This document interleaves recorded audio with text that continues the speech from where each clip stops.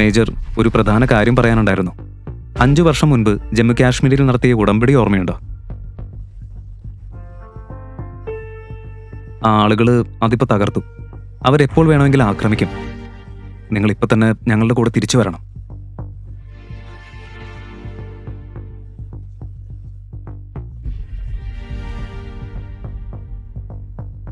ഞാൻ ആ ലോകം 3 വർഷം മുൻപേ വിട്ടു.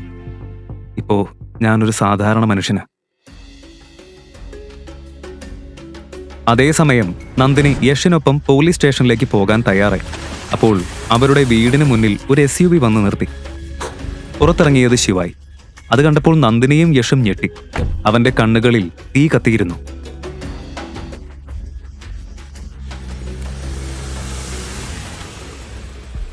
നീ നന്ദിനി, 12 വർഷം മുൻപ് സെൻട്രൽ സ്ട്രീറ്റിൽ നടന്ന സംഭവം നിനക്ക് ഓർമ്മയില്ലേ? ആ കിഡ്നാപ്പിംഗ്, ആ ബർത്ത്ഡേ, ഒന്നും ഓർമ്മയില്ലേ? നിനക്കെന്താ വട്ടായോ? ജയിലിൽ കിട്ടിയ അടിയില് തലയ്ക്ക് വല്ലതും പറ്റിയോ? നീ ഇവിടെ എങ്ങനെ എത്തി? ആരാ നിന്റെ ജാമ്യം എടുത്തത്? എന്ത്, എങ്ങനെ, എപ്പോൾ? അതിനെക്കുറിച്ചൊന്നും ഇപ്പോൾ നിന്നോട് സംസാരിക്കാൻ ഞാൻ ആഗ്രഹിക്കുന്നില്ല.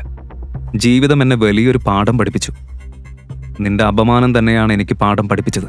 ഇന്നലെ നീ അങ്ങനെ പറഞ്ഞില്ലായിരുന്നെങ്കിൽ എനിക്കത് മനസ്സിലാവില്ലായിരുന്നു. നിന്റെ ഇന്നത്തെ സ്ഥിതിക്ക് കാരണം നീ തന്നെയാ, ഞാനല്ല. ഞാൻ നിന്നെ പുറത്തു കൊണ്ടുവരാനിരിക്കെ നീ ഇതാ വന്നിരിക്കുന്നു.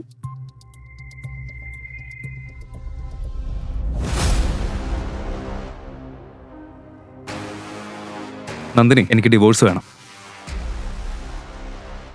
ഞാൻ സ്നേഹിച്ച പെൺകുട്ടി നീയല്ല. എല്ലാവരും ഞെട്ടി. ശിവായി തന്നെയാണ് ഡിവോഴ്സ് ചോദിക്കുന്നത്. നന്ദിനിക്ക് ദേഷ്യം വന്ന് അവൾ കോപത്തോടെ പറഞ്ഞു. എന്താ പറഞ്ഞത്? നിനക്ക് എന്നെ ഡിവോഴ്സ് ചെയ്യണമെന്നോ? എന്റെ സ്ഥാനം നിന്റെ നിലയിൽ നിന്ന് നിരവധി മടങ്ങ് ഉയർന്നതാ. നീ എങ്ങനെയാ പുറത്തു വന്നത്? എങ്ങനെ നിനക്ക് ജാമ്യം കിട്ടി? അവനെ കൊണ്ടുവന്നവര് വലിയ ആളുകളാ.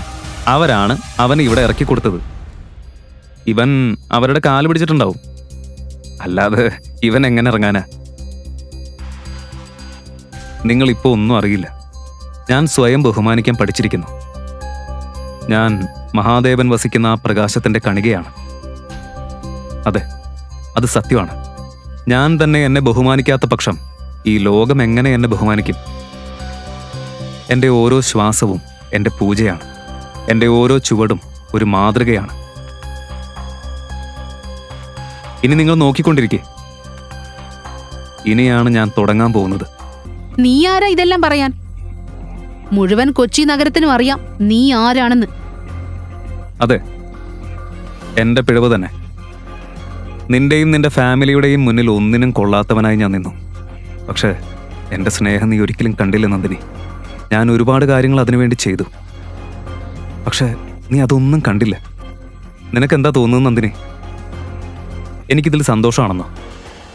ആളുകളുടെ അധിക്ഷേപം കേൾക്കുന്നതിൽ എനിക്ക് ആനന്ദമാണെന്നോ? ഞാൻ നിന്നെ സത്യമായി സ്നേഹിച്ചു. പക്ഷെ നീ അത് കണ്ടില്ല. നീ കണ്ടത് അമ്മ നിന്നെ കാണിച്ചതും ഈ പട്ടണം നിന്നെ കാണിച്ചതും മാത്രം.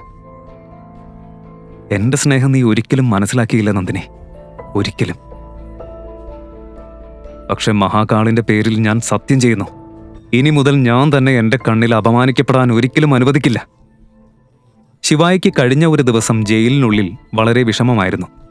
അവൻ അത്രയും സഹിച്ചിരുന്നു. ശരീരവേദനയേക്കാൾ ആത്മാവിന്റെ വേദന കൂടുതലായിരുന്നു. എനിക്ക് നിന്റെ പ്രണയം വേണ്ട. ആദ്യ ദിനം മുതൽ ഞാൻ നിന്നെ വെറുത്തു. എന്റെ അപ്പൂപ്പൻ എന്താണാവോ നിന്നിൽ കണ്ടത്? പിന്നെ നീ എന്താ പറഞ്ഞത്? സ്മോൾ ഗിഫ്റ്റോ? നീ നൽകിയ അവസാന ഗിഫ്റ്റ് ഒരു കൃത്രിമ മുത്തുമാലയായിരുന്നു. കേൾക്കുന്നുണ്ടോ? എനിക്ക് നിന്നെ വിട്ടൊഴിയണമെന്നേ ആഗ്രഹം. വിട്ടൊഴിയണം? ഈ പറഞ്ഞതൊക്കെ നിനക്ക് ഇവനിൽ നിന്നും കിട്ടും. യാഷിനെ ചൂണ്ടിക്കാണിച്ച് ശിവായി പറഞ്ഞു. അതെ, ഞാൻ അവളെ നിന്നേക്കാൾ സന്തോഷിപ്പിക്കും. എന്റെ സ്റ്റാൻഡേർഡ് വളരെ ഉയർന്നതാ. നാളെ നന്ദിനിയുടെ ബർത്ത്ഡേ. ഞാനൊരു വലിയ പാർട്ടി നടത്തും. ഇടയ്ക്ക് രേഖയും വന്ന് നന്ദിനിയെ വലിച്ചകത്തേക്ക് കൊണ്ടുപോയി. ഈ പിച്ചക്കാരനോടൊന്ന് സംസാരിക്കാൻ നിൽക്കേണ്ട നന്ദിനി, അകത്തേക്ക് പോ.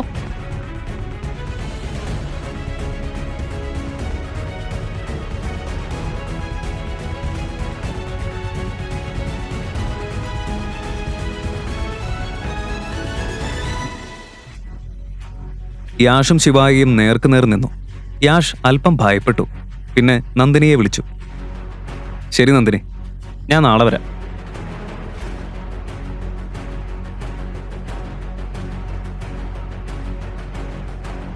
നാളെ ഡിവോഴ്സിന് റെഡിയായിരിക്കും. ഗെയിം നഷ്ടപ്പെടുത്തരുത്. അവൻ അവിടെ നിന്ന് ചിന്തിച്ചു. പണം എന്നതിന് ഇത്ര ശക്തിയുണ്ടോ? അത് ഏത് മനുഷ്യനെയും മാറ്റിയിടുമോ? ഇന്നത്തെ കാലത്ത് ആരും സ്നേഹത്തെക്കുറിച്ച് കരുതുന്നില്ലേ? പക്ഷെ ശിവായി വഴിമാറിപ്പോകുന്ന ആളല്ല. ഈ ചോദ്യങ്ങൾക്ക് അവൻ മറുപടി കണ്ടെത്തും. ഒടുവിൽ ശിവായി ഒരു കളിക്കാരൻ, തോൽവി അറിയാത്ത, ഒരു ഭയമില്ലാത്ത കളിക്കാരൻ.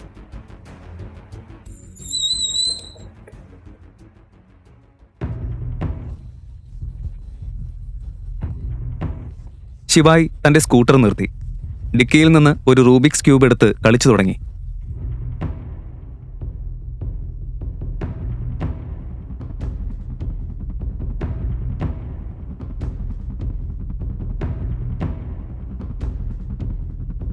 അവന്റെ കണ്ണിൽ ഒരു തിളക്കം തെളിഞ്ഞു.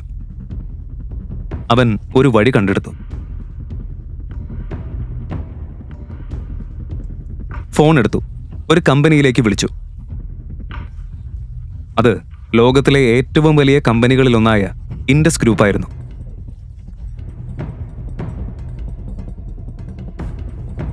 ഹലോ, മിസ്റ്റർ ദിനേഷിനെ കിട്ടോ? അതെ, സംസാരിക്കുന്നത് ഞാൻ തന്നെ. ഇത് ഞാനാണ്, ശിവായി മഹേശ്വരി.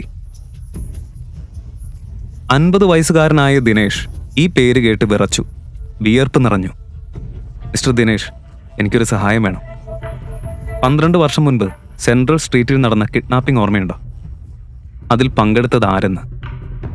അത് ബജാജ് കുടുംബത്തിലെ നന്ദിനിയായിരുന്നോ അതോ മറ്റാരെങ്കിലും ആയിരുന്നോ?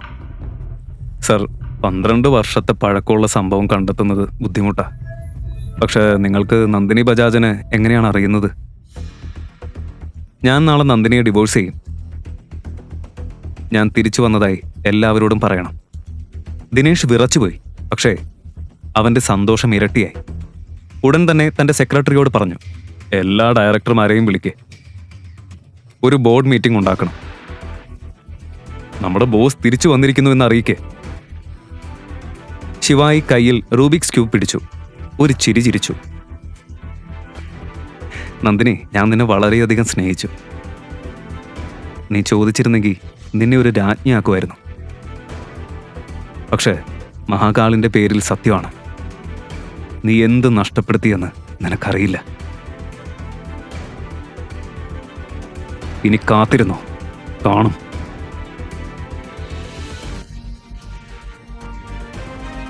ഗെയിം ഇപ്പോഴാണ് ആരംഭിക്കുന്നത്.